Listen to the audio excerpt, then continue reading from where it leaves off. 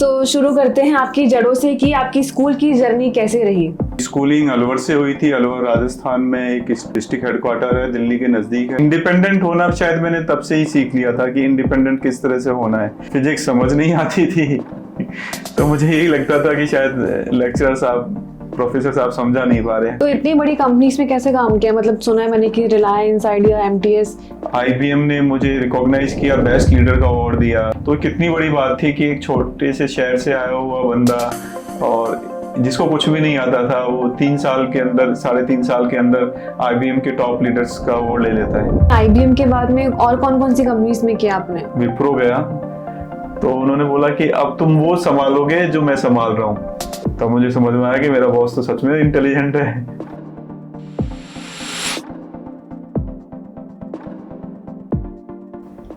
कुछ लोग पैदा होते हैं भीड़ के साथ चलने के लिए और कुछ भीड़ से अलग रास्ता बनाने के लिए।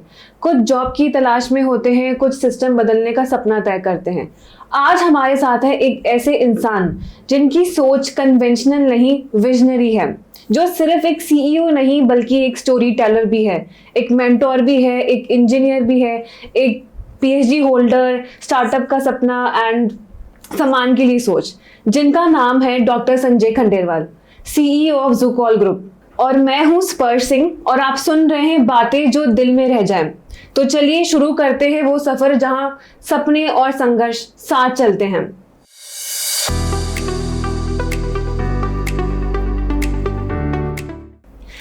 कैसे हैं आप डॉक्टर संजय? बहुत बहुत धन्यवाद इस पर इतना सारा डिटेल में बताने के लिए। शुरू करते हैं आपकी जड़ों से कि आपकी स्कूल की जर्नी कैसे रही। मेरी स्कूल की जर्नी कैसी रही? तो मेरी स्कूलिंग अलवर से हुई थी। अलवर राजस्थान में एक डिस्ट्रिक्ट हेडक्वार्टर है, दिल्ली के नज़दीक है। और जब स्कूलिंग का वो चल रहा था तब मुझे मेरे मामा के यहाँ पर ही रहना पड़ रहा था, क्योंकि मेरे मम्मी पापा गांव में रहते थे। अलवर से 50-60 किलोमीटर दूर एक गांव है, वहाँ पे मेरे माँ बाप रहते थे। उस पूरे ड्यूरेशन में जब मैं मामा के पास था तो सुबह स्कूल जाता था। स्कूल से आने के बाद मामा की शॉप थी, तो उस शॉप पे जाके बैठता था। वहाँ से शाम हो जाती थी, जब दुकान बढ़ाने का टाइम होता था तब मामा के साथ ही मैं घर जाता था। तब मैं और मेरे 2 मामा खाना वाने का भी इंतजाम करते थे। और मतलब इस तरह से कुछ ये कह सकते हैं कि बहुत सारी चीज़ें उस ड्यूरेशन पे मैं सीख भी रहा था। इंडिपेंडेंट कैसे होना है, कैसे चीज़ें करनी है। मेरे मामा, छोटे वाले मामा मुझसे घर का काम भी कराया करते थे। मैं छोटा सा था, 3 साल का ही मैं मेरे मामा के पास आ गया था। मतलब बचपन से आपकी जर्नी ऐसी रही है, कुछ खेल कूद नहीं, कुछ नहीं? नहीं, खेल कूद के लिए टाइम नहीं मिल पाता था।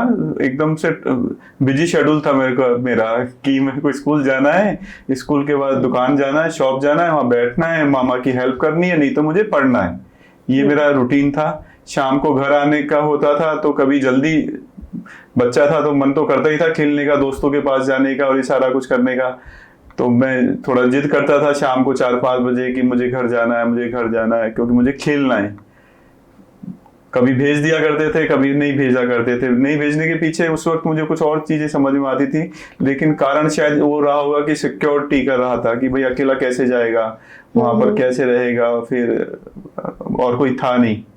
मेरे मामा की भी शादी तब तक हुई नहीं थी। फिर हम घर पे खाना बनाते थे मिलजुल के, तो मुझे बहुत सारे काम मुझे भी असाइन होते थे। और फिर रात में मेरे मामा मुझसे है ना पूछा भी करते थे कि तूने कितना पढ़ाई करी, क्या पढ़ाई करी।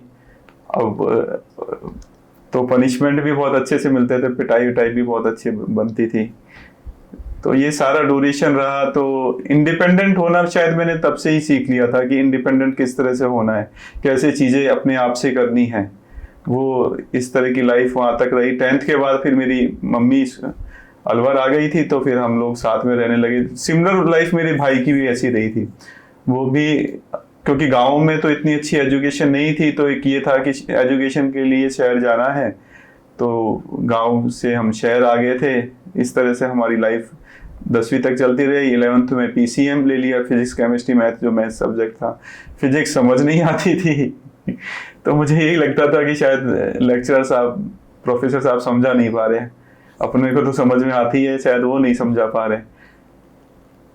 तो टीनेज स्टार्ट हो चुका था, तो दोस्त बन चुके थे, बहुत सारे दोस्त बन चुके थे।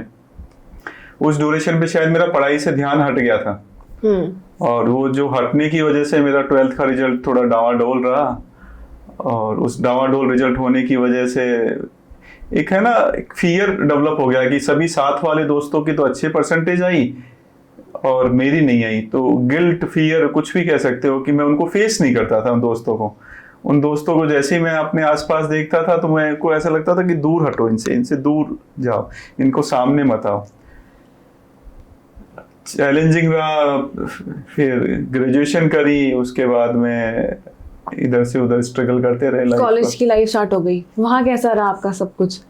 वही उथल पुथल भरी चीजें रही, क्योंकि चीजें समझ में नहीं आ रही थी, और 11th में जो रहा थी वो सही रहा नहीं थी एक्चुअल में, जिसे हम कहते हैं कि वो एक अच्छी राह हो सकती है, वो नहीं थी, क्योंकि रिजल्ट गाइड करने के लिए नहीं था आपको उस टाइम? गाइड करने के लिए तो बहुत सारे लोग थे, लेकिन तब वो जो एज स्टार्ट हुई थी उसमें कोई चीज समझ में नहीं आ रही थी। उसमें यही लग रहा था कि मैं ही बेस्ट हूँ, मेरे अलावा कोई और नहीं है, तो मैं जो करूंगा अच्छा ही करूंगा। दोस्तों के साथ में रहा, फिर वो होता है ना, जैसे आप संग रहेंगे वैसे ही आप हो जाएंगे। तो मेरे मामा भी कहा करते थे कि कोयले की खान में रहोगे तो कालिख लगी जाएगी, तो वो वाली चीजें उस ड्यूरेशन में चलती रही। लेकिन हर चीज कुछ ना कुछ चीजें सिखा के जाती है। उस वक्त जो मुझे चीजें सिखा रही थी वो थी कि मैं आगे बढ़ के चीजों को फेस करता था, मैं लीड करने लग गया, मेरे को अंदर लीडर की वो आ गई कि मुझे आगे रहना है, मुझे पीछे नहीं रहना है, मुझे आगे रहना है, मुझे पीछे नहीं रहना है, चाहे डायरेक्शन गलत थी, लेकिन एक लीडर डेवलप हो रहा था, एक एग्रेशन चीजों में आ रहा था, कोई भी चीज को करने का जुनून। तो वो जो जुनून आ रहा था कि करना ही है, तो वो पढ़ाई में ना होके कोई दूसरी डायरेक्शन में था। तो ये मेरी कॉलेज की इस तरह से लाइफ रही। उसके बाद तो रिलेटिव्स वगैरह कुछ तो बोलते ही होंगे कि कैसा है, कुछ ना कुछ सुनने को मिलता होगा, तब कैसे आप चीजों को करते थे? अच्छा तो नहीं बोला करते थे, ये बोला करते थे कि हमारा है, ये तो ऐसा करता है, ये तो वैसा करता है, पढ़ता नहीं है, और वो सच भी बोला करते थे, ऐसा नहीं था कि वो गलत है, क्योंकि मैं पढ़ाई पे मेरा फोकस हट चुका था उस वक्त। तो वो जब पढ़ाई पे फोकस आया सेकंड ईयर के बाद में, जब चीजें समझ में आई कि नहीं यार ये तो मैं शायद गलत चीजों की तरफ जा रहा हूँ, लेकिन तब तक परसेंटेज डाउन होने लग गई थी और चीजें उतनी अच्छी थी नहीं पढ़ाई को, क्योंकि क्लब करके परसेंटेज कैलकुलेट होती है ग्रेजुएशन में, तो वो चीजें रही थी। मतलब कॉलेज के बाद आपकी कॉर्पोरेट जर्नी कैसे स्टार्ट हुई? कॉलेज के बाद कॉर्पोरेट जर्नी स्टार्ट होने से पहले बहुत सारे स्ट्रगल जिसे कहते हैं, या ये कह सकते हैं कि स्ट्रगल इक्वल टू लर्निंग। तो कॉलेज के बाद जॉब लगी नहीं, जॉब नहीं मिल रही थी, तो जॉब के लिए फिर कभी Naukri.com जाते थे, कभी अलवर से गुड़गांव जाते थे, कभी कहाँ जाते थे, जॉब के लिए इंटरव्यूज दे रहे थे। और एक चीज बड़ी अच्छी हो रही थी, रिजेक्शन बहुत हो रहे थे, भटकना पड़ रहा था जॉब के लिए। हाँ, पर रिजेक्शन ऐसे हो रहे थे कि इतना कॉन्फिडेंट हो गया था मैं कि यार इंटरव्यू दे के आएंगे अपन, रिजेक्ट ही होने वाले हैं। तो मैं कुछ चीजें अपनी वहीं से स्टार्ट करने लग गया था कि मैं लोग बागों से इंटरेक्ट करना चालू कर दिया था, कि मैं जब भी इंटरव्यू के लिए जा रहा था, कहीं से कॉल आ रही थी, तो मैं वहां जाके है ना, जितने भी लोग आते थे इंटरव्यू देने के लिए उन सबसे बातें करता था, मस्त बातें करता था। और बातें करते करते एक चीज बोला करता कि यार जिसका भी सिलेक्शन हो जाएगा ना वो लंच कराएगा, क्योंकि मैं मेरे लंच का इंतजाम कर रहा होता था वहां पर। और अपन को इतना विश्वास हो ही चुका था कि अपन तो रिजेक्शन होंगे तो अपने तो पैसे नहीं लगने वाले हैं। आदत पड़ गई थी अब तो। वो इस तरह की चीजें हो गई थी कि अब करेंगे क्या, अपन यहाँ पे गए तो अब लंच तो करना ही पड़ेगा, और नहीं वापस तो शाम को जाना ही है, होना तो है ही नहीं। तो ये इस तरह से चलता रहा। तो उसी ड्यूरेशन में मेरा जयपुर में यहाँ पे लाल कोठी में मुझे पहला जॉब मिला, जावा डेवलपर उसका नाम था, और वहाँ पे मुझे काम दिया गया कि आप ये कन्वर्जन कीजिए JPG to Excel, Excel to PDF, PDF to JPG, इस तरह के कन्वर्जन का उन्होंने काम दिया, क्योंकि उसको वो ऑनलाइन प्रमोट करते, ऑनलाइन डालते और उसका चार्जेस वहाँ से वो लेते। वो शायद उनका वो कॉन्सेप्ट चला नहीं या क्या रहा। एक और चीज होती थी वहाँ पे, शाम को प्रोजेक्ट मैनेजर आता था, शाम को इवनिंग टाइम पे जब डे क्लोजर हो रहा है 6:30 के अप्रोक्स वो आता था और वो कहता था I want to sit with you Sanjay please. तो मुझे वेट करना पड़ता था, 9:30 बजते, 10 बजते, 10:30 तक बज जाते। 10:30 बजे आके वो बोलता, Sanjay it's too late, can you sit tomorrow. अब उसका तो इतना ही बोलना था और मेरी तो हालत खराब हो चुकी होती थी, क्योंकि मुझे जाके डिनर का भी देखना होता था। अच्छा। लेकिन जॉब की इंपॉर्टेंस समझ में साथ साथ भी आ रही थी कि सब हर कीमत पे जॉब ज्यादा जरूरी है। ये सब ड्यूरेशन के बाद भी उन्होंने मुझे 2 महीने का ड्यूरेशन पर ही उन्होंने मुझे बोल दिया कि हमारे पास जावा का कोई प्रोजेक्ट नहीं है। अब जावा का प्रोजेक्ट नहीं होने की वजह से ये जॉब भी गई, मतलब स्टार्ट ही गई। एक जॉब मिली, वो भी गई, तो मैं वापस फिर अपने अलवर चला गया और अलवर जाके फिर मैं दोबारा से ये ट्राई करने लगा। स्पोर्ट्स में ज्यादा मन था मेरा, मुझे घर के बाहर रहने का बड़ा मन करता था, घर पे रहने का मेरा मन नहीं होता था। तो मैं या तो खेलता रहता था, तो मुझे पता ही नहीं रहता था कि मैं जॉबलेस हूँ, मुझे जॉब की आवश्यकता है। जो आज की जनरेशन को मैं जब देखता हूँ कि वो फोन पे होते हैं तो उनको जॉब की कोई नीड नहीं होती है, वो रील देखने में इतने बिजी हो जाते हैं कि उनको पता ही नहीं होता। मेरे साथ स्पोर्ट्स में होता था, जब मैं खेल रहा होता था तब मुझे नहीं पता होता था। तो मेरी फिजिकल एक्सरसाइज भी होती थी तो मेंटल एक्सरसाइज भी होती थी, मेंटल रिलैक्सेशन भी मिलता था। लेकिन कहीं ना कहीं ये तो था ही ना कि जॉब जरूरी है, जॉब करना ही है, वो बैठ नहीं पा रहा था। फिर कैसे आपकी लगी जॉब, कहाँ लगी आपकी, कैसे सब कुछ? उसके बाद क्या हुआ, उसके बाद मुझे जो ऑफर मिला एस्कोटल सोनीपत से। मैं एस्कोटल सोनीपत गया, इंटरव्यू दिया, तो एज यूजुअल मुझे जैसा लग रहा था कि मेरा तो होना ही नहीं है, मेरा तो यहाँ कैसे होगा। तो वहां पर भी मैंने वही टेक्निक अप्लाई करी कि जिसका भी हो जाएगा वो लंच कराएगा। अच्छा। तो वो लंच के उसमें मैं चलो अपन लंच कराएंगे, और वहां पर इंटरव्यू हुआ। जिन्होंने मेरा इंटरव्यू लिया था वो शिवानी मैम थी। तो वहाँ के इंटरव्यू के बाद मुझे लगा था कि शायद हो जाएगा, शायद नहीं होगा, शायद हो जाएगा, शायद नहीं होगा। हो जाएगा तो मुझे एक और प्रॉब्लम होने लग गई थी कि हो जाएगा तो लंच कैसे कराऊंगा। इसका भी एक था टेंशन दिमाग में। हाँ बिल्कुल, और ये तो आना ही था कि अगर हो गया तो मैं जो कल से लंच ले रहा था उनको लंच मुझे करवाना था, और पॉकेट में नहीं था कुछ भी। फिर वहाँ पर सब लोग बैठे हुए थे, तो वहाँ बोला था कि हम आपको अनाउंस कर देंगे, 2 दिन बाद बता देंगे ईमेल के थ्रू या फोन के थ्रू, आप लोग जा सकते हैं। तो मैं भी अपना बैग उठा के चलने लगा, तो उन्होंने बोला कि no Sanjay, you have to wait. तो मुझे ऐसा लगा अच्छा अब मेरा ही हो गया ये तो। और सिलेक्शन हुआ, फिर मैं सोनीपत गया, मैंने सीखा। मुझे आता ही नहीं था, कुछ नहीं आता था। जब मैं वहाँ पहुंचा तो मुझे समझ में आया कि मुझे तो कुछ भी नहीं आता। मैं ये कह सकता था कि मैं बिल्कुल ही जीरो था, पता नहीं सिलेक्शन कैसे हो गया, किस बेस पे हो गया। वो जीरो से था तो खोने को तो कुछ था ही नहीं, खोने को यही था कि जॉब नहीं जाए। तो जॉब की इंपॉर्टेंस समझ में थी, तो उसके लिए मैंने कहा कि सब कुछ सीखना ही है मुझे। फिर मैंने स्टार्ट किया, जो भी मुझे मिलते गए उनसे मैं सीखता गया। जिन लोगों ने भी मुझे बताया कि मेरे अंदर ये कमी है, मैंने कभी उनको इस तरह से नहीं लिया कि वो लोग मेरी बुराई कर रहे हैं या वो कर रहे हैं, क्योंकि वो कमी आइडेंटिफाई कर रहे थे, मैं उन पे वर्किंग कर रहा था। वो कमी आइडेंटिफाई कर रहे थे, मैं उन पे वर्किंग कर रहा था। कुछ टाइम ऐसा भी होता था कि कुछ लोग कहते थे इसको मेल ड्राफ्टिंग नहीं आती है, एक्चुअल में आती भी नहीं थी कि किस तरह से कैसे लिखी जाती है, बेसिक मेल सेंस भी नहीं था। तो वो भी सीखा, और वो सीखते सीखते जब हम आइडिया में मूव कर गए तो लोग बागों से एक पीआर डेवलप हो गई, पर्सनल रिलेशन डेवलप हो गए। तो पीआर के बेसिस पे मैंने वहाँ पे बहुत कुछ सीखा, बहुत कुछ, यानी टेलीकॉम भी सीखा, टेलीकॉम फाइनेंस भी सीखा, टेलीकॉम कस्टमर सपोर्ट भी सीखा, टेलीकॉम का जो कोर नेटवर्क पार्ट है वो भी सीखा। जबकि मैं किस में था, टेलीकॉम आईटी में।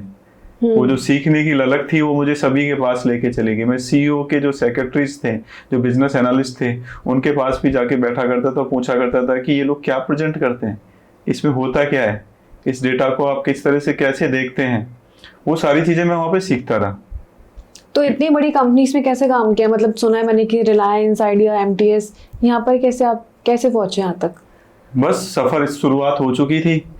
फिर एक और लाइफ का डिसीजन लेना था कि जितने भी मेरे कॉलेज के दोस्त थे या जो मेरे अलवर के दोस्त थे, मुझे कहीं ना कहीं उनसे ब्रेक करना था, क्योंकि मेरे पास 24 आवर्स थे, सभी के पास 24 आवर्स होते हैं। अब मुझे बहुत अच्छे थे, ऐसा नहीं था कि ब्रेक मैं किसी की उसकी वजह से कर रहा था।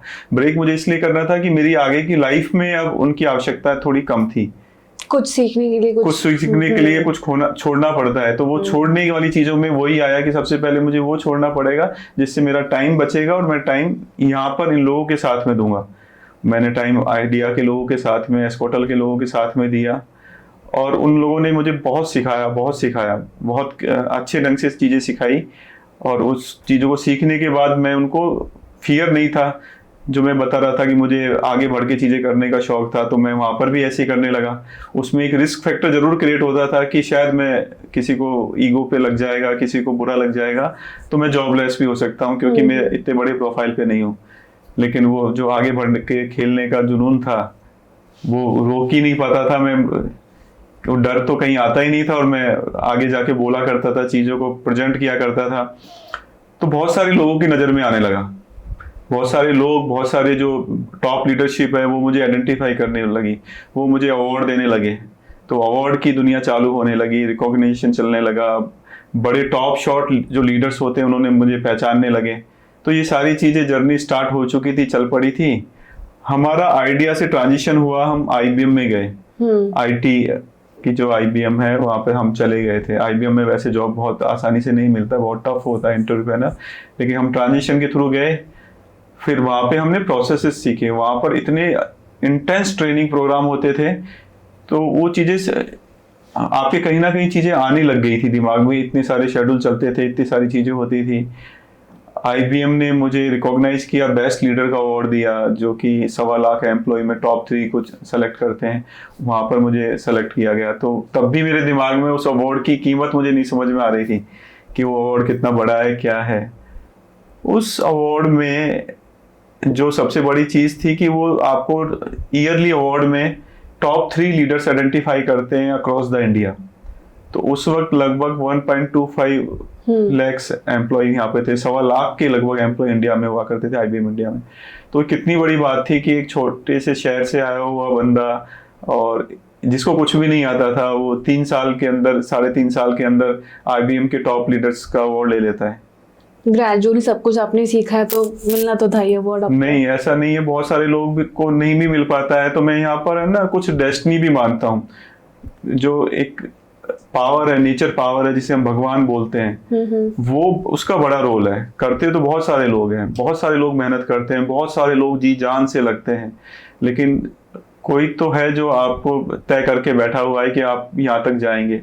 तो ये सब कुछ हो रहा था तो परमात्मा की कृपा से हो रहा था, ऐसा नहीं था कि मुझे ही मिलना था। बहुत इंटेलिजेंट लोग थे, मैं तो इतना भी नहीं था। लेकिन हर कंपनी में शिफ्ट होते रहना कुछ चैलेंजिंग तो रहता ही होगा ना। कभी आप किस कंपनी में रहते हो, फिर आप दोबारा चेंज कर रहे हो। हाँ, चैलेंजिंग था। बॉसेस चेंज होना भी अपने आप में चैलेंजिंग था। बड़े कॉर्पोरेट हाउस में जब आपके बॉसेस चेंज होते हैं, तो IBM में तो मेरे बॉसेस भी लगातार चेंज हो रहे थे। 6-6 महीने में बॉस चेंज हो जाता था, नया बॉस आता, नए तरीके का माइंडसेट होता, नई एक्सपेक्टेशन हुआ करती थी, सब कुछ एकदम डिफरेंट होता था। बॉस का तरीका भी अपना तरीका होता है, तो उनके साथ सिंक करके काम करना, उनके साथ एक अलाइनमेंट में काम करना, पता होना चाहिए कि एक एम्प्लॉय को या एक कलीग को कि उसको बॉस को चाहिए क्या, उसके सीनियर को चाहिए क्या, और किस तरह से चीज़ें उसको चाहिए होती हैं। तो वो पहले खुद को समझना होता है, फिर आप उसको डिलीवर कर पाते हैं। तो मैं हमेशा यही रिकमेंड करता हूँ सब लोगों को, यही कहता हूँ कि आपको है ना सिंक्रोनाइजेशन में काम करना चाहिए। तो जब सिंक्रोनाइजेशन में काम करते हैं तो एनर्जी डबल हो जाती है, मल्टीफोल्ड हो जाती है।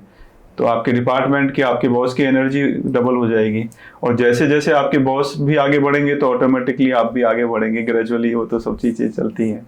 आप कुछ लीडरशिप प्रोग्राम के बारे में बात कर रहे थे, मतलब थोड़ा डिटेल में समझाएंगे मुझे, क्या था वो? देखो, IBM लीडरशिप प्रोग्राम अरेंज करता है। IBM ने सेलेक्ट किया लीडरशिप प्रोग्राम के लिए। लीडरशिप प्रोग्राम में जाके मुझे चीज़ें ये समझ में आई कि जो मैं 11, 12 फर्स्ट ईयर सेकेंड ईयर में कर रहा था वही तो लीडरशिप थी। अब वो लीडरशिप का डायरेक्शन चेंज करना था कि मुझे वो उसको राइट डायरेक्शन में ले लेना था, रॉन्ग डायरेक्शन से। तो सिर्फ और सिर्फ उसका यहाँ से उठाकर इस साइड में लेके जाने थे। लीडरशिप तो मुझे आती है। पूरे प्रोग्राम के बाद मुझे समझ में आया कि बस यही करना है, बाकी चीजें मुझे नहीं करनी है। बाकी चीजें तो मुझे आती हैं, थोड़े पॉलिश वर्जन में नहीं आती है, वो पॉलिश मैं कर लूंगा। मैंने यही किया, वो सारी चीजों को उठा के एक तरफ लेके आया और पॉलिशिंग करना स्टार्ट कर दिया, जो कि कॉर्पोरेट में या वाइट कॉलर जॉब में हम कहते हैं कि थोड़ा पॉलिशिंग की जरूरत पड़ती है, तो वो मैंने करना स्टार्ट किया। तो लीडरशिप इनहेरिट थी और वो चीजें आगे चलने लगी। जेनेटिक्स से ही था, मतलब लीडरशिप आपकी जो क्वालिटी थी? हाँ, शायद ये भी कह सकते हैं जेनेटिक्स था, लेकिन मुझे कई बार ऐसा भी लगता है कि कुछ चीजें है ना डेवलप होती है, रिफाइन करनी होती है। जिस तरह से आपने देखा हो ना, भगवान की मूर्ति को भी तराशते हैं, पत्थर को भी तराशा जाता है, तो वो जो तराशने का काम है, वो छीनी हथौड़ी लेके वो जो लगा रहता है और जो मूर्ति को तराश के लेके आता है, तो वो जो मूर्तिकार थे वो मेरे दोस्त हुआ करते थे, जो मेरे को 11, 12 first year, second year, third year वाले में जो मेरे फ्रेंड सर्किल थी, वो एक्चुअल में मेरे मूर्तिकार थे, जिन्होंने इस मूर्ति को गढ़ दिया था। तो जैसे कि आपने भी बात करी आईबीएम में आपको अवार्ड मिला था, तो इतने सारे एम्प्लॉयज में से आपको अवार्ड मिला और आपने कहा कि परमात्मा की देन है, तो कैसे परमात्मा की देन है? सब कुछ ही परमात्मा की देन है। आप कोई भी चीज को डिफाइन नहीं कर सकते, आप सिर्फ प्लानिंग बना सकते हैं, मेहनत कर सकते हैं, चीजों को आगे ले जा सकते हैं। आपको क्या मिलने वाला है, कब मिलने वाला है, कैसे मिलने वाला है, ये तय है, प्रकृति से तय है। जिस भी भगवान में आप विश्वास करते हैं, जिस भी तरीके में आप विश्वास करते हैं, वो आपकी प्लानिंग कर चुकी होती है। उस प्लानिंग के हिसाब से चीजें एग्जीक्यूशन में हो रही होती हैं। किसके थ्रू मिल रहा है, तो जिसको हम जरिया कहते हैं, किसके थ्रू जा रही है वो भी जरिया ही है। तो चीजों का आना और जाना, ये सब कुछ तय था। जैसा कि मैंने बताया भी था कि स्पर्श की वो बहुत सारे इंटेलिजेंट लोग थे, ऐसा नहीं था मैं ही था, कोई मेरे अंदर ही कोई स्पेशल चीज थी, लेकिन वहां पर मेरा सिलेक्शन होना, मुझे एक्नॉलेज करना, मुझे रिवॉर्ड देना, ये सब कुछ तय था। नहीं, पहले से ही पहले से ही डेस्टिनी में, हाँ, इसमें सब कुछ तय था और ये मिलना ही था, तो बस वो मिल गया। और मैं तो इसे परमात्मा की देन मानता हूँ कि परमात्मा ने तय कर रखी थी चीजें, पहले से ही डिफाइन था कि सब कुछ ऐसे होने वाला है। तो बिल्कुल यही था। तो फिर आपकी जो जर्नी है आईबीएम के बाद में और कौन कौन सी कंपनीज में किया आपने? आईबीएम के बाद मैं स्पर्श गया, विप्रो गया, विप्रो में रहा टाइम। टेलनॉर एक प्रोजेक्ट था, वहाँ पर ग्रीनफील्ड प्रोजेक्ट था, एक और नई चीजें सीखने को मिल रही थी। अब हमें 6 डे वर्किंग काम करनी थी, हमको एमओडी लगते थे, मैनेजर ऑन ड्यूटी, रात में जगना पड़ रहा है। नया चैलेंज आ गया। नया चैलेंज, इतना इंटरेस्टिंग चैलेंज था कि एमओडी में आपको अप्रूवल देना पड़ता था कि जो आईटी की टर्मिनोलॉजी है कि आपको सर्वर बाउंस करना है, ये करना है, वो करना है। और मुझे आती थी नींद रात में, क्योंकि मुझे हमेशा ये था कि जो रात में जगते हैं वो उल्लू होते हैं, तो मुझे तो वही होता था। और कई बार जब मेरी एमओडी लगती थी तो मैं रात में सो जाता था और उसी रात में इंसिडेंट भी हो जाता था। कैसे इंसिडेंट्स? आईटी के इंसिडेंट्स होते थे जिसमें कि इमीडिएटली अप्रूवल देना पड़ता था कि आप अब इस सर्वर को रीस्टार्ट कर सकते हैं, जो लेमन लैंग्वेज में आपको बता रहा हूँ सर। तो वो अप्रूवल देने की अथॉरिटी एमओडी होते थे, मैनेजर ऑन ड्यूटी। अब वो मैनेजर ऑन ड्यूटी तो सो गया, मिल ही नहीं रहा है। अब मुझे फोन कर रहे हैं तो फोन भी नहीं उठ रहा है और पता नहीं कहाँ है। तो मेरी आंख, जो जनरली मैं उठता ही हूँ उस टाइम पे, मेरी आंख खुली 4, सवा 4 बजे। तो मैंने देखा कि फ्लोर पे तो बहुत भीड़ हो रही है। वो पूछ रहे हैं कि where is Sanjay Khandelwal, where is Sanjay Khandelwal, who is the MOD of from Wipro side, who is the MOD from Wipro side, ये सब कुछ चल रहा था। तो मैं साइड में खड़ा होकर सुन रहा था, ये तो मुझे ही ढूंढ रहे हैं।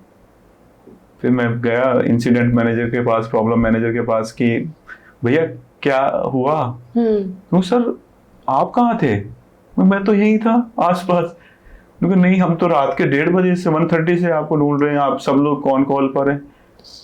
फिर मैंने सोचा मैं कि यार ये तो जॉब गई, सिर्फ एक अप्रूवल देना था और उसको आप सो गए। और इतने सारे लोग आपके जो सुपर बॉसेज हैं, बॉसेज, सुपर बॉसेज, क्लाइंट सब कॉल पे, 150 लोग कॉल पे हैं और फायर फाइटिंग चल रही है। और मैं सो चुका था वहां पर। अप्रूवल तो दे दिया गया था, लेकिन चीजें, क्योंकि डायरेक्ट रेवेन्यू लॉस होता था टेलीकॉम में, तो रेवेन्यू लॉस हो रहा है तो सब कुछ पैसे में जब चीजें जाती हैं तो कोई ना कोई को बलि बना दिया जाता है। तो मुझे यही लगा कि अपना तो जॉब गया, ये हो। लेकिन शायद ये वो हुआ कि सुबह मेरे बॉस आए, ऑफिस आए 7:30, 8 o'clock। उन्होंने पूछा संजय कहाँ थे आप? मैंने बिल्कुल क्लियर बोला कि मैं सो गया था, मुझे नींद आ गई थी।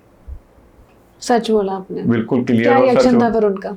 तो उन्होंने बोला नहीं, उनको ये था कि सबको एक्सपेक्टेड ये होता है कि आदमी झूठ बोलेगा, नहीं मैं तो यहीं था, मैं तो जगा हुआ था, मैं तो उधर बैठा हुआ था, मुझे तो किसी ने बुलाया नहीं, ये नहीं बोला। मैंने कुछ नहीं बोला, मैं कि इन लोगों की कॉल भी बहुत सारी है, लेकिन मेरी आंख लग गई थी।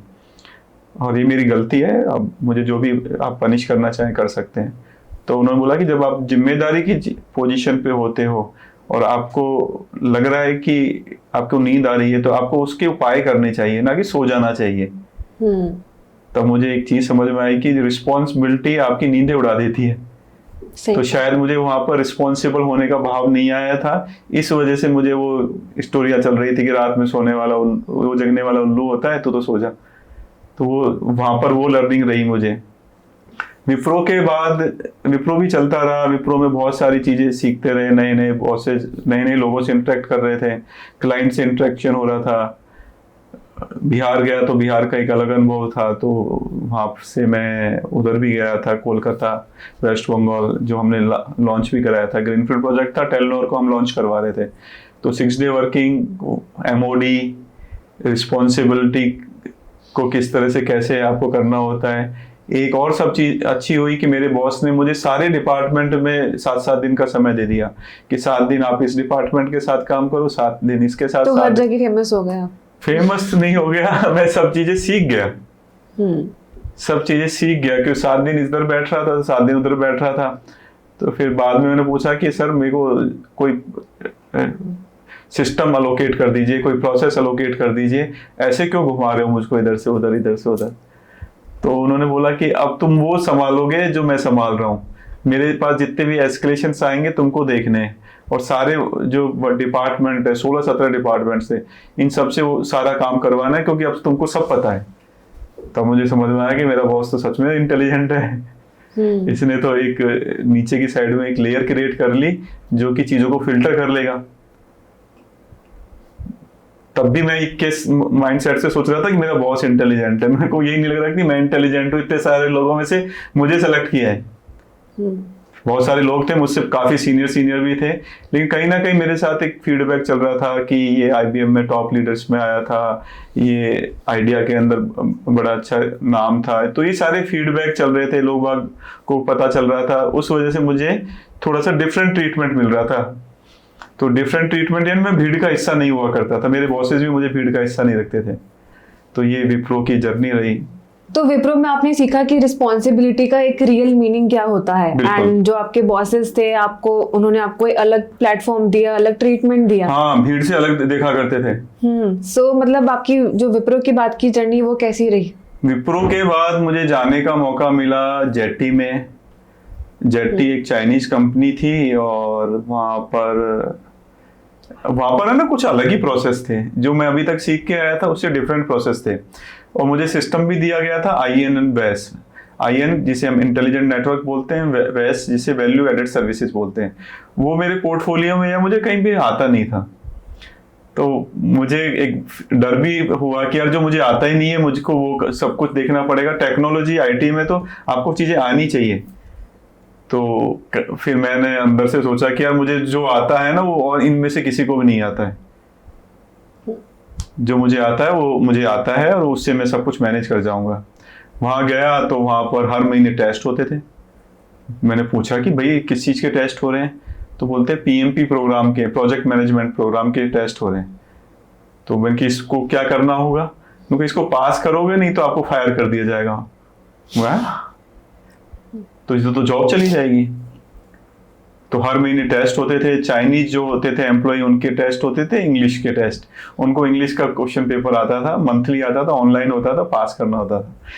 फेल हो जाते थे तो ये निकाल दिया करते थे। लेकिन मेरे साथ में जो मेरे क्लाइंट थे, उनके रेफरेंसेस थे, टेलीकॉम में मुझे जानते थे, तो उनकी हिम्मत नहीं हो रही थी। मुझे पता भी नहीं था मैं फेल हो रहा हूँ या पास हो रहा हूँ। शायद फेल ही हो रहा हूँ, क्योंकि मुझे नहीं लगता कि मैं उस वक्त वो एग्जाम को क्लियर कर सकता हूँ। क्योंकि जो मुझे प्रैक्टिकल तो सब कुछ आता था, लेकिन वो थ्योरेटिकल चीजें मुझे इतनी समझ में नहीं आ पा रही थी। वो एग्जाम के बाद पता चला कि जेटी तो शट डाउन हो रहा है इंडिया से। अब जेटी के बाद क्या, अब जॉबलेस होने का मतलब ये है कि आपकी फैमिली की रिस्पॉन्सिबिलिटी, आपके जो रेंटल का जो खर्चा है वो तो था ही, साथ में और भी अदर एक्सपेंसेस। लेकिन जॉबलेस हो जाओगे तो क्या करोगे। फिर मैं जॉब के इंटरव्यूज देना स्टार्ट किया। तो टचवुड मुझे है ना IBM के बाद कभी इंटरव्यू नहीं देना पड़ा।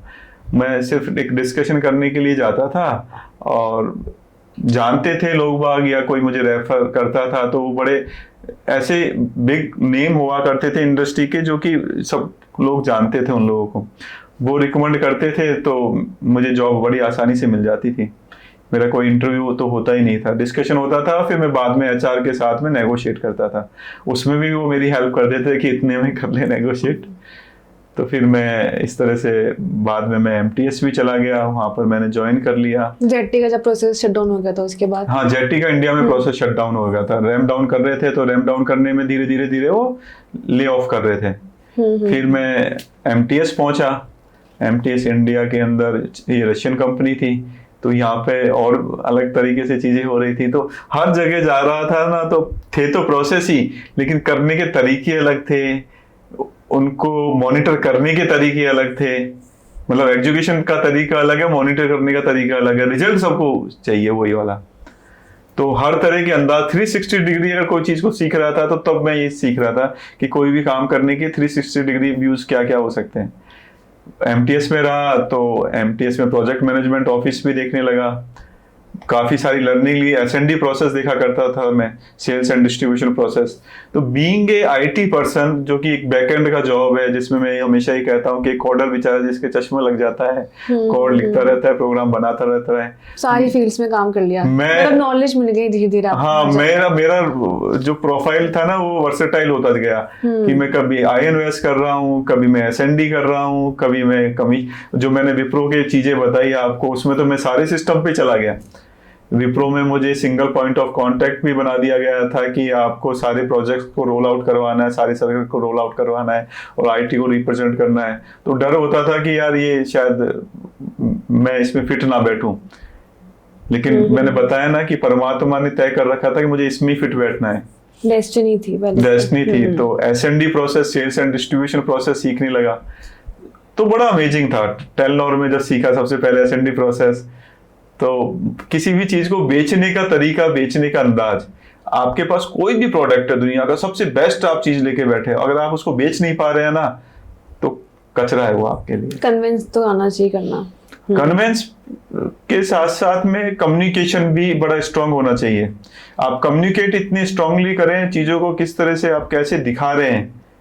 एक तो किसी को आता ही है बोलना, एक किसी को आता है कन्विंस करना। अगर ये चीजें सिंक होके करें, और मैं तो एक और चीज सीखा हूं, मैनेजमेंट ऑफ कम्युनिकेशन। आपको कब, कहाँ, कैसे, कितना बोलना है, ये आपको पता होना चाहिए। ये मैंने ग्रेजुअली सीखा। लोग आपको बोलते हैं कि कम्युनिकेशन आता है, ब्ला ब्ला ब्ला ब्ला ब्ला ऐसे बोलते रहते हैं, इधर उधर की बातें करते रहते हैं, बहुत ज्यादा चीजें के बारे में बात करते हैं, लेकिन उनको पता ही नहीं है कि कब और कब, कहाँ, कैसा, कितना बोलना चाहिए। और कई बार इस तरह की बातें करते हुए तो हल्के कमेंट्स भी कर देते हैं, लूज कम्युनिकेशन भी हो जाता है, तो चीजें बनने से पहले ही बिगड़ जाती हैं। तो हर कंपनी में कुछ ना कुछ जरूर सीखा है आपने? हाँ, मतलब हर साल सीखता गया। तो वो जो पिटारा था ना, जो मैं लेके चला था खाली, वो उसमें चीजें आने लगी। मैं कभी ये नहीं कहता कि वो भर गया, लेकिन उसमें चीजें आने लगी, और इतनी आने लगी कि मैं वो शो मैनेज करने लग गया था। तो सिर्फ कभी एक ही ऑर्गेनाइजेशन के साथ में क्यों नहीं रहे आप लॉन्ग टर्म? इतना शिफ्ट क्यों होना? हाँ, ये बहुत अच्छा क्वेश्चन है कि क्यों नहीं रहा। देखो, मैं एस्कोटल ज्वाइन किया तो मैंने चेंज नहीं किया। आइडिया ने एक्वायर कर लिया तो हम आइडिया के एम्प्लॉय हो गए। अब आइडिया ने अपनी आईटी सर्विसेज आईबीएम को टेक ओवर कर दी, हैंड ओवर कर दी, तो एम्प्लॉय हम ऑटोमेटिकली आईबीएम के हो गए। तो एस्कोटल, आइडिया और आईबीएम, मैंने जॉब चेंज नहीं किया। मेरे लिए आसपास की सराउंडिंग वगैरह सब कुछ सेम ही था, वही लोग थे, वही था। मेरा पेरोल सिस्टम जरूर चेंज हो रहा था, पेरोल सिस्टम चेंज हो रहा था, मेरे बॉसेज जरूर चेंज हो रहे थे। उस हिसाब से मेरे को जो ट्रेनिंग चीजें मिल रही थी, जो मैं लर्निंग हो रही थी, वो थोड़ी सी डिफरेंट होती जा रही थी कि हर एक ऑर्गेनाइजेशन अपने अकॉर्डिंगली भी ट्रेंड करती थी। तो मैंने आईबीएम तक तो कोई चेंज ही नहीं किया। पहला जॉब जो चेंज किया वो विप्रो में गया, क्योंकि मैंने अभी बताया ना, मैं तो शायद इंटरव्यू क्लियर ही नहीं कर पाऊँ, पहले से ही था कि नहीं होगा, रिजेक्शन। हाँ, तो इंटरव्यू तो मुझे मतलब वही लगता था कि यार मैं इंटरव्यू तो नहीं दूंगा, अगर कहीं पे इंटरव्यू होगा तो मैं नहीं जाऊंगा, अगर वो मुझसे डिस्कशन करना चाहेगा तो मैं डेफिनेटली जाऊंगा। तो लोग बाग ये कहते थे कि आप बहुत ज्यादा कॉन्फिडेंट हो, कुछ लोग कहते थे कि और कॉन्फिडेंट हो। सबका सोचने का अंदाज अलग होता है। तो मुझे कभी किसी का बुरा ही नहीं लगता था कि जिसको जितना जैसा समझ में आ रहा है उसने वही देखा है। इसके पीछे भी एक छोटी सी स्टोरी है इस पर कि स्पिरिचुअलिटी में क्या कहते हैं कि अगर आप एक बंद कमरे में एक एलिफेंट को बंद कर दे, हाथी को बंद कर दे बड़े सारे हॉल के अंदर, और अंधेरा कर दे और वहां पर चारों तरफ गेट लगा दे और चारों तरफ से इंसानों को अंदर भेजे, तो उनको वहां पर उनको नहीं बताया कि अंदर है क्या। वो जाए और वहां अंदर जाके उसको फील करे, फील करके बाहर आके पूछे, तो उनसे पूछे कि आपने क्या देखा, क्या फील किया। तो जिसने हाथी का पैर देखा तो उसने हाथी के पैर को डिस्क्राइब किया, जिसने हाथी की सूंड को पकड़ा उसने सूंड को डिस्क्राइब किया, जिसने हाथी की टेल पूंछ को पकड़ा उसने पूंछ को डिस्क्राइब किया, दांत पकड़ में आए दांत को जिसको जो दिखा उसने वही डिस्क्राइब किया। जबकि एक्चुअल में हाथी था ही नहीं ऐसा, हाथी तो अलग ही था। जब वो खोल के दिखाया गया तो हाथी ये है। अंधेरे से बाहर निकलो, अंधेरे से बाहर निकलो। और ये जो बाउंड्रीज है और जो आप देख रहे हैं, शायद आपका एंगल गलत है, शायद आपका डायरेक्शन गलत है, शायद आपका नजरिया गलत है। इन सब चीजों को देखते हुए चीजें समझोगे तो बहुत बड़ी चीज आपको समझ में आएगी। फिर आपकी एमटीएस की बात की जर्नी कैसी रही? मैं एमटीएस गया, एमटीएस के बाद मैं रिलायंस में गया नहीं, मैंने इंटरव्यू नहीं दिए। एमटीएस ने अपने आप को सेल ऑफ कर दिया था रिलायंस को, तो सारे के सारे एम्प्लॉय रिलायंस चले गए। तो मैंने यहाँ पे भी इंटरव्यू नहीं दिया। तो मुझसे अगर पूछे पूरी की पूरी जर्नी में मैंने कब जॉब चेंज करी, तो IBM to Wipro, Wipro to JT and JT to MTS. और जेटी जो बीच का चीज है वो भी चेंज नहीं करी, क्योंकि जेटी सनसेट हुई, जेटी ने अपने यहाँ के ऑपरेशन बंद किए इंडिया के, तब मैं मूव किया। तो एमटीएस के बाद रिलायंस गया, रिलायंस में कुछ टाइम रहा। रिलायंस के उसी ड्यूरेशन में मेरे को ये स्टार्टअप का और ये सारी चीजें आने लग गई थी। हम कुछ तांबी जो दिल्ली आईआईटी से पास आउट हैं वो मिले, उनसे बातें हुई, चीज़ें को समझा, दूसरा एंगल देखा, और फिर ये डिसाइड किया कि हाँ अब कॉर्पोरेट लाइफ को विराम देते हैं। क्यों ऐसा क्यों आया आपके दिमाग में ऐसा ख्याल कि क्यों विराम देना चाहिए? मैंने अभी बताया ना कि दुनिया ने ही मुझे भीड़ से अलग हटके सोचा, तो कुछ तो था ही भीड़ से अलग, तभी तो मैंने ये सारी चीजें करी। उन लोगों ने सामने देख के उन्होंने पहचान लिया था, और शायद ये इस ड्यूरेशन में जब मैं रिलायंस में था तो मैंने खुद ने आईना देख लिया था कि हाँ मैं भीड़ से अलग हटके हूँ। तो उस आईने ने बोला कि चलो संजय अलग चलते हैं। तो ये सब देख के ऐसा लग रहा है कि जो आपके बॉसेस के साथ में आपकी इंटीग्रिटी है, लॉयल्टी है, वो काफी ज्यादा स्ट्रांग रही होगी। बिल्कुल सही कहा, स्पर्श बहुत ज्यादा स्ट्रांग है। मैं जितने भी लोगों से मिला हूँ, जितने भी लोगों के साथ में मैंने काम किया है, मैं बड़े प्राउडली ये कह सकता हूँ कि उसमें से 90 to 95% लोग 90 to 95% लोगों के साथ मैं आज भी कनेक्टेड हूँ। जनरली होता क्या है कि आप जब स्विच ऑन करते हैं या आपके एक रिलेशन में डिस्टेंस आ जाता है तो आपके कनेक्शन ब्रेक हो जाते हैं। मेरे साथ ऐसा नहीं हुआ। मेरे साथ मेरे बॉसेस, मेरे कलीग, मेरे साथ में जिन लोगों जो मेरी टीम में भी काम करते थे, उनके साथ सभी के साथ मैं कनेक्टेड हूँ। 5-7% का मैं कह नहीं सकता, क्योंकि वो रहा होगा या नहीं रहा होगा, या उनकी मेरे प्रति क्या सोच रही होगी, क्योंकि मैं सब लोगों को साथ में लेके चल सकूं ये मैं सिर्फ प्रयास कर सकता हूँ। सब लोग मेरे साथ चले ना चले वो तो उनकी मर्जी है। उनका भी वो है कि वो किस डायरेक्शन के लोग हैं। मर्जी नहीं है, वो डायरेक्शन किस टाइप के हैं उस पर डिपेंड करता है। तो ठीक है, आपकी पर्सनल लाइफ के बारे में स्टार्ट करते हैं आप, क्योंकि कॉर्पोरेट लाइफ तो काफी अब ऐसे हो गया, बोरिंग सी हो गई। तो इस पर बताओ क्या क्या पूछना चाहती हो इस पर्सनल तो स्टार्ट करते हैं, आपका डे टू डे रूटीन क्या रहता है, क्या करते हो आप पूरे दिन पे? डे टू डे रूटीन, मैं अर्ली मॉर्निंग जगता हूँ और अर्ली टू बेड और अर्ली टू राइज वाला। अर्ली मॉर्निंग कितने बजे? मैं 4:30 बेड छोड़ देता हूँ ब्रह्म मुहूर्त में। ब्रह्म मुहूर्त क्या होता है? ब्रह्म मुहूर्त होता है सूर्य उदय होने से 1.5 से 2 घंटे पहले जो टाइम होता है उसे ब्रह्म मुहूर्त कहते हैं। इस टाइम पे जो भी आप चीजें करते हैं उसके रिजल्ट आपको बहुत अच्छे आते हैं। तो हमको छोटे से को ये सिखाया जाता था कि सुबह उठ के जल्दी जल्दी पढ़ना, जिससे जल्दी याद रहेगा। तो हमने शायद पढ़ाई नहीं करी, लेकिन हमने हेल्थ पे फोकस किया, हमने फोकस किया मेंटल हेल्थ पे, फिजिकल हेल्थ पे, और वो चीजें ज्यादा मुझे फ्रूटफुल लगी। किसी की इतनी आदत नहीं होती कि जल्दी उठ जाए, लेकिन आप कैसे इस तरह से? आपकी फैमिली में सब लोग भी जल्दी उठते हैं? हाँ, मैं तो खुद उठता ही हूँ, मेरी फैमिली में उठते हैं। जो मेरे साथ में लोग होते हैं मैं उनको ट्राई करता हूँ कि उनको भी ये आदत मिले। ये थोड़ी सी टफ है, चैलेंजिंग है, इनिशियली रिजेक्शंस आते हैं, लेकिन जब मुझे पता है कि इसके रिजल्ट बहुत ही अच्छे हैं, बहुत ही अमेजिंग है, और मैं खुद उनको ले रहा हूँ, तो मैं उनको फोर्सफुली भी कई बार बोलता हूँ कि आप उठिए। तो मैंने सुना है कि मेडिटेशन भी करते हैं आप। हाँ, मेडिटेशन करता हूँ, वर्कआउट करता हूँ। वर्कआउट भी मैं नीली छतरी वाले के नीचे करता हूँ। मुझे जिम पसंद नहीं है, इंडोर पसंद नहीं है। आउटडोर गेम्स पसंद है? आउटडोर गेम भी पसंद है और आउटडोर एक्टिविटी ही पसंद है। तो मैं जितना भी वर्कआउट करता हूँ वो मैं नीली छतरी वाले के नीचे करता हूँ। मुझे आसमान पसंद है, आसमान देखना अच्छा लगता है। सुबह में 10 मिनट आसमान देख के मेडिटेट कर सकता हूँ। आपने इसे कि कहा कि आप बाकी लोगों को भी बोलते हो, उनको कन्विंस करते हो, किस तरह से? हर किसी का तो बस में नहीं होता। हाँ, बहुत चैलेंजिंग है, बहुत है। पता नहीं पीछे से क्या क्या बोलते होंगे मेरे बारे में, लेकिन मैं ये सोचता हूँ कि मैं शायद उनके भले के लिए ही कर रहा हूँ। तो ये सारी चीजें मंजूर है, बोलने दो। क्योंकि अगर उनका भला होगा, उनका अच्छा होगा, उनकी हेल्थ के लिए अच्छा होगा और उनकी सराउंडिंग के लिए अच्छा होगा। क्योंकि आप कई बार आप देख लीजिएगा, आप 8 बजे बेड छोड़िए और आप 5 बजे बेड छोड़िए, आपके पास जीवन में 3 घंटे ज्यादा हैं, बेस्ट टाइम के ज्यादा हैं। रात में बेस्ट टाइम नहीं होता, रात का टाइम बेस्ट टाइम नहीं होता। मेरे को शुरू से ये था कि रात में तो उल्लू जगते हैं, तो बेस्ट टाइम कब होता है? Early morning. तो जो आपने ये रूटीन, ये हैबिट डेवलप करी, कब से स्टार्ट करा आपने? बहुत अर्ली एज से स्टार्ट हो चुका था। अर्ली एज से? अर्ली बचपन से कह सकते हैं कि बचपन से ये सब चीजों की आदत थी मुझे। आपकी हॉबीज के बारे में जानना है मुझे। और सारे आउटडोर गेम, कोई सा भी आउटडोर गेम। शूटिंग बॉल, जिसे वॉलीबॉल का डिफरेंट नेम है, देसी वॉलीबॉल जिसे बोलते हैं शूटिंग बॉल, और हार्ड बॉल के साथ में होता है, लेदर बॉल के साथ में होता है, जिसमें हाथों में बहुत दर्द होता है, वो खेलना अच्छा लगता है। क्रिकेट बहुत अच्छा लगता है, क्रिकेट में भी खो जाता हूँ, ना भूख लगती है ना कुछ होता है। क्रिकेट में एम्पायर भी बन जाता हूँ ग्राउंड में जाके। मतलब मुझे स्पोर्ट्स में इन्वॉल्व होना है, तो मैं स्कोरर बन सकता हूँ, एम्पायर बन सकता हूँ, एक्स्ट्रा फील्डर बन सकता हूँ, बस मुझे गेम में इन्वॉल्व होना है। तो मुझे गेम पसंद है, बैडमिंटन खेल लेता हूँ। मतलब कोई सा भी आप आउटडोर गेम लीजिएगा, मैं इन्वॉल्व हो ही जाऊंगा उसमें किसी ना किसी रूप में। तो मुझे आउटडोर गेम पसंद है। मुझे लोग बागों को सुबह की एक्टिविटी में जोड़ना पसंद है कि आप आइए और एक्टिविटी कीजिए, मेडिटेट कीजिए।